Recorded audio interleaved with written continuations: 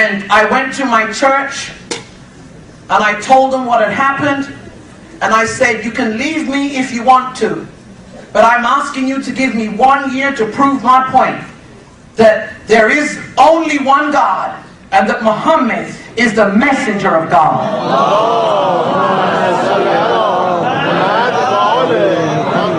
I didn't need to prove to them I was a good preacher, teacher. I've been doing that all my life. They said, how are you going to do that? We're not reading the Quran. I said, from the Bible. I'm not going to go too much time, but I'm going to tell you the thing that really did it for me. The Bible tells us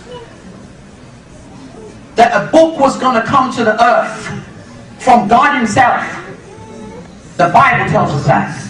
The Bible tells us that the book would be a stumbling block in Zion for many. The book tells us that there was going to be a conversation that was going to take place between a deity and a human being.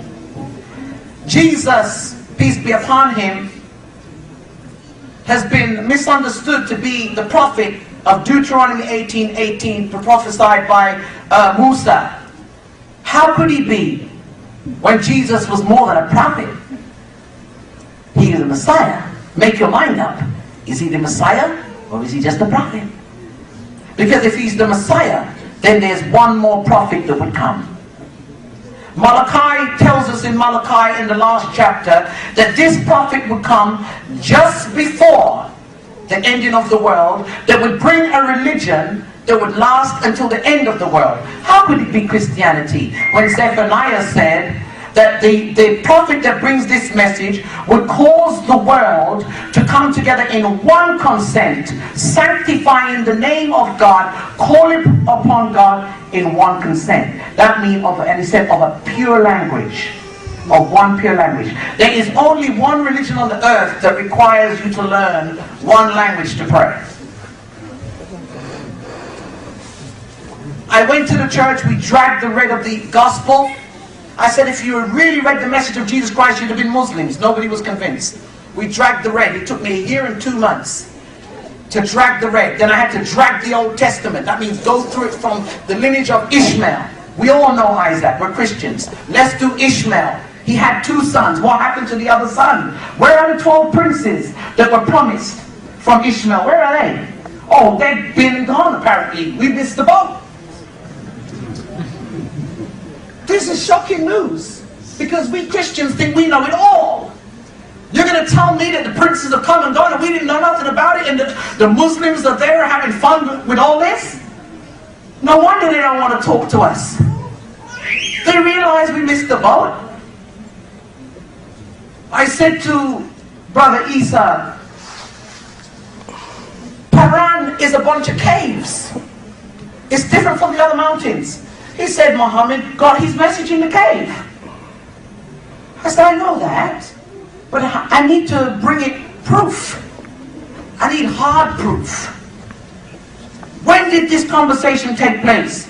And what was said?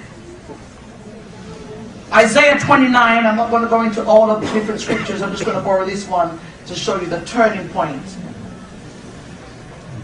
Isaiah 29 and Sister Dwanda, she has the copies of Muhammad in the Bible. If you need a printout, you can get it. For the Lord has poured out upon you the spirit of a deep sleep. That means the church was they were spiritually lost. And it's closed your eyes. The people didn't know where they were going. And your prophets and your rulers, their eyes are closed and your seers are covered. The church was dead. So that means that the time that this prophet was supposed to come, the church was in dissension. It was a dark age.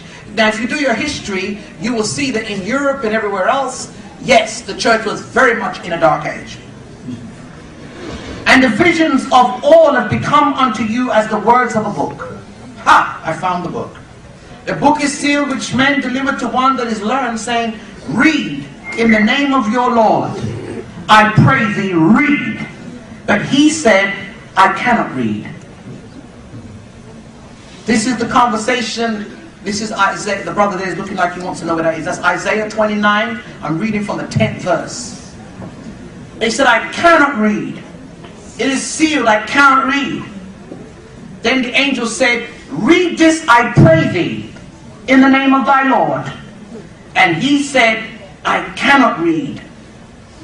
And the book then was delivered to a man saying, read, I pray thee. And he said, I cannot read, I am not learned. I'm not going to go through a whole bunch of Bible stuff, because I'm not doing a Bible class. I'm just trying to give a breakdown of what happened. The evidence was overwhelming. Very much overwhelming. I went to the church as I was getting it. I brought it to the church. And the church, they had a choice. They could stick with me or they could leave. I told the church, if you leave me, I will join a mosque. I'm sure somebody will take me, because I want to make paradise. I'm not going across that bridge of Surat with my book in my left hand from behind. You know, knowledge is power. When I heard you can get it in your right hand and make it, or your left hand and die, I was convinced. Because if you love God and you don't want to perish, you will submit. I found the prostrations right there in Genesis, where Abraham introduced the prostrations all the way through all the prophets of the Bible, some of them not even mentioned in the Quran, because the Quran said he only gave them some. And as for Ishmael, I have heard thee, behold, I have blessed him, I will make him fruitful, and will multiply him. This is the baby of Hagar, Hajar. Alright? I will make him fruitful and multiply him exceedingly, and 12 princes shall he beget, and I will make him from these 12 princes a great nation. So we're looking for 12 princes to go with our 12 tribes, our 12 apostles, our 12 disciples, our 12 candlesticks, and our 12s and our 12s. Without a 12, it wasn't going to stick. I've got to bring a 12. If it's Islam is the correct religion, and if Muhammad, salawat,